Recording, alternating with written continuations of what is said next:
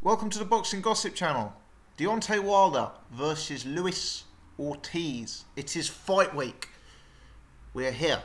WBC Heavyweight Championship of the World. Before we get into it, please hit subscribe if you are new. This will ensure you can check out coverage of this fight, including the post-fight commentary, etc, etc.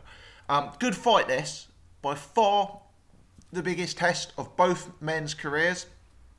I do feel this represents a step up for both guys in terms of what they have faced so far in their professional careers today. You know, Luis Ortiz, his best wins, Tony Thompson, Bryant Jennings, those sort of guys. Deontay Wilder, best wins, Bermane Stiverne, Gerald Washington, Arthur Spilker, Johan Duhaupas. What I'm getting at is both guys in this ring are dangerous fighters. Both of them have power. Both of them have offense, and have a real offensive capability. And I believe that they're both stepping into the ring with the most dangerous guy they will have been in with today. It is very possible to look at Luis Ortiz and make a substantial, logical, and credible case that Luis Ortiz will defeat Deontay Wilder. Luis Ortiz has a well-known amateur background and amateur pedigree. He's from the renowned, famed Cuban boxing amateur school. He has shown, real technique throughout his career to date. He's a southpaw. He's tricky. He can box. You look at Deontay Wilder, there are still holes in his game technically. There have been for some time. His nickname amongst many at the boxing hardcore is the windmill, because when he looks to finish a fight, he comes in swinging wildly, slapping with straight arms, leaving himself hopelessly exposed as he does so.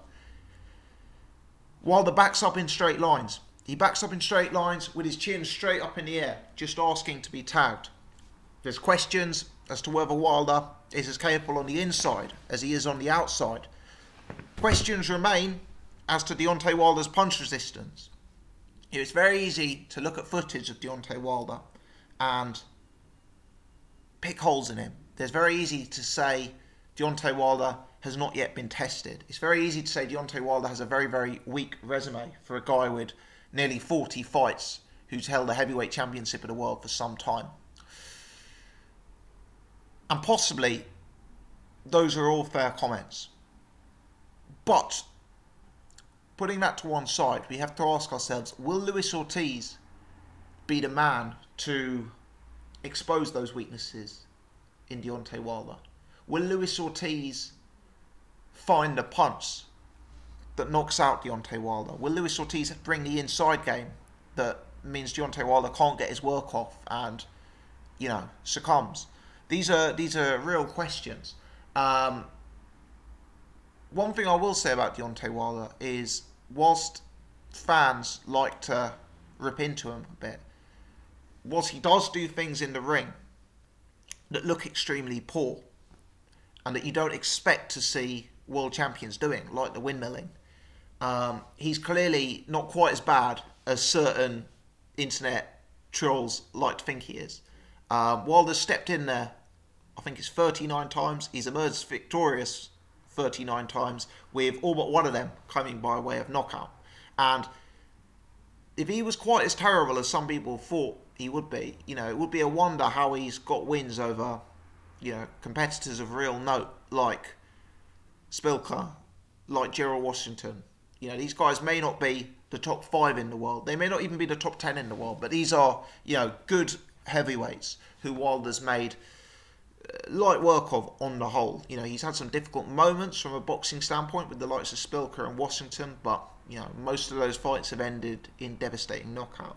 Wilder also doesn't have quite as weak a chin as many fans like to make out. Yes, he got hurt in the amateurs. Yes, he got hurt early on in his professional career by a lesser standard of opponent.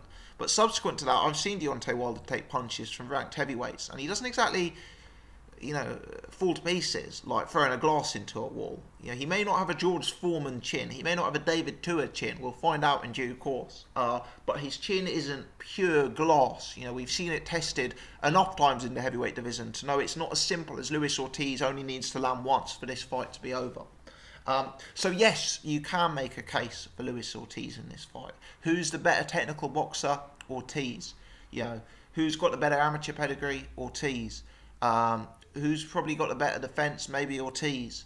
You could also make a case that Ortiz is the more experienced guy. You know, sure, he's had less professional fights, but Wilder's had it quite easy in a number of his professional fights, and with Ortiz's experience in the game prior to going pro, you could also make the case that he almost brings a sort of experience factor to the fight. But putting all of that to one side, boxing isn't a game fought on paper. And looking at these two guys and actually imagining them in the ring, I actually think Deontay Wilder's going to stop Luis Ortiz, and I think he's going to stop him in good order. Deontay Wilder's an improving fighter. He is actually a much more dangerous operator than he was 2 or 3 years ago. I think the holes in his game are less obvious. And I actually think he's sharpened his offence. His jab is a very, very, very good jab these days. It's really fast, it's really hard, it's really accurate. And I think that's a key factor in the fight. We'll come back to that in a minute. The size difference is going to be big in this fight. People will be surprised, mark my words, at the weigh-in, at the actual fight itself, people will be surprised just how small Luis Ortiz is next to Deontay Wilder. You know, I think Luis Ortiz actually competed at the 200-pound division in the amateurs. I think he was, they call it heavyweight in the amateurs. I think he was like the equivalent of a cruiserweight when he was in the amateurs. And I don't think he has got the frame of a modern-day heavyweight. I suspect, and I haven't measured Luis Ortiz, I haven't looked him up on BoxRec, I suspect he's going to be about 6'1", 6'2". And next to Deontay Wilder, he's going to look small in terms of height and also in terms of stature. You know, you look at how Bermane Stavern looked in Wilder's last fight. Look how small and minuscule Stavern looked next to the hulking figure of Wilder. I suspect we'll see a similar thing here. And then I come back to the Wilder jab. You know, I'm picturing a huge size difference here. And I'm seeing that Wilder jab. I'm seeing Ortiz eating that jab from distance. Early in the fight, I'm seeing it being a really hard, stiff jab that's coming out regularly, routinely, and accurately. And I think that's going to be very, very, very hard. You know, a lot of the people making cases for Luis Ortiz in this fight are talking about Ortiz hitting Wilder to the body. They're talking about Ortiz breaking down Wilder on the inside. They're talking about Ortiz bringing Wilder late in the fight. Well, Ortiz is only going to be able to put Wilder in that position if he's able to close the gap and if he's not kept, you know, at 2 metre distance for the entirety of the fight. Wilder's got excellent reach, excellent range, and that jab is, you know, a real threat. It's also often used to tee up the money punch. You know, with Deontay Wilder, it's the left jab, and he's looking for an excuse to throw that big right hand. So Ortiz is going to have to be very, very aware of that in the fight. I do believe that Luis Ortiz is not the fighter today that he was 2 or 3 years ago. He's had performance-enhancing drug scandals. It's not for this video to comment on whether he's less of a fighter than he used to be because he's no longer on those substances. What I would say is Ortiz is a guy who is either in the autumn of his career or the winter of his career from an age perspective, dependent on your point of view. And I look at Luis Ortiz when he was taking out guys like Brian Jennings, and I see a guy today who is a far less explosive and frankly far slower operator than Deontay Wilder. Anyone who wants proof of that, please look at the Dave Allen fight. Please look at the Malik Scott fight. Even take a look at his more recent fight against a journeyman. I forget who it was. Maybe it was Daniel Martz. For me, Ortiz has become slow, plodding, heavier on his feet. For me, whilst he looks excellent on the pads throwing fast combinations, he has a bit of a tendency in some of these fights now, at this age, to load up on one punch and to look for one knockout shot rather than trying to box his way in and trying to find combinations. For me, he looks ponderous, and I think that's going to be really to his detriment against a guy like Deontay Wilder, because I've already painted the picture of a guy who's smaller and for a guy who's going to be eating a jab. Well, if you're in that kind of position, what you want to have is fast feet and explosiveness. Picture, if you will, a young David Haye. Picture David Haye against Nikolai Valuev, someone who would float out of range, stay outside of his jab, and then explode into range, you know, and not give you any warning, and then be up on you and throwing power punches. I don't think Ortiz has that explosiveness and that ambush to his game anymore.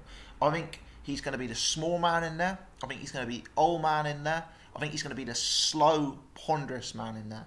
And I think he's going to be looking at throwing haymakers from outside of reins in desperation as the more athletic, faster man establishes a jab and really keeps Luis Ortiz off him and keeps him at a distance where he poses limited threat.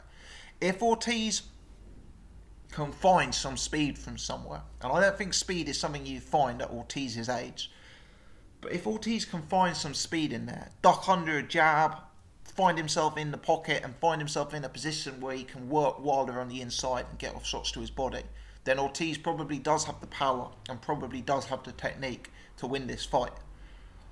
But I don't think Luis Ortiz is going to find that speed. And I think his performances of late have declined, and declined to such a level that Ortiz is someone that I would, at this point, struggle to pick against any of the elite at heavyweight. You know, I'd struggle to pick Ortiz against your Wilders, your Furies, your Joshuas. You know, I just think that I'm seeing decline in his game. And whilst Luis Ortiz, for me, would have been a very, very, very formidable threat to those names 2, 3, 4, 5 years ago, unfortunately, my belief is that his big opportunity has actually come too late for him. And I believe that by the time he steps in the ring with Deontay Wilder, his chance of winning that fight has faded away. Deontay Wilder, he may be 32 now, something like that, but I see a guy at his peak, at his most dangerous, at a guy who's sort of honed his craft and perfected his arsenal. And I see Luis Ortiz as a guy who's going to be stationary, ponderous, and Ortiz may have the fighting brain to know what to do against Deontay Wilder, but I don't know if he's going to have the fighting body to get himself in the position he needs to be in to do work against Deontay Wilder and to do enough against Deontay Wilder. Wilder's a guy who is a very, very reckless fighter at times, but there have been times in his career he's shown more discipline. The first Bermane-Stiverne fight, he boxed to orders, he used reins, he used movement, he used a jab, he kept distance. You know, the second Bermane-Stiverne fight, he started off with reins till he sensed that the guy he was in with posed no threat realistically to him. I think against Luis Ortiz, we'll see a little bit of Wilder early, wanting to assess Ortiz, wanting to keep him off, wanting to outmaneuver and out-jab him. And then when I suspect that he feels he's got the fight in hand, he'll look to close the show. And the one thing about Wilder is when he looks to close the show, he looks to do it in very, very emphatic style. You know, there may be some risk to him as he does it, as he goes flying in, and he's got to be very, very aware of a shrewd boxer like Ortiz throwing in a little uppercut, or finding a little counterpunch as Wilder comes forward that could upset him. But if Wilder boxes smart, I think at this stage he's got too much for a Luis Ortiz who, whilst undefeated, is past his prime, in my humble opinion. I'm going Wilder by knockout. I'm going Wilder by knockout in the first half of the fight, and I'm probably going it easier than a lot of people expect. Leave your comments in the section below. I appreciate there's going to be a lot of people picking Luis Ortiz in this one. I'm interested to hear your views on it. I appreciate it's very possible to make an argument for Luis Ortiz. I'd be interested to hear the Ortiz people maybe putting out a comment about what I'm saying, about Wilder keeping the fight at length, using his size, his jab, his movement to keep Ortiz off him, to negate the Ortiz inside game, the Ortiz bodywork. I think that's going to be too tough a mountain for Ortiz to climb early on, and I think when he looks to come in, he's going to be eating that jab and potentially that right hand. Give me your take, comments in the section below. If you've enjoyed the video, please hit the thumbs up, please do subscribe. As always, many thanks for tuning in.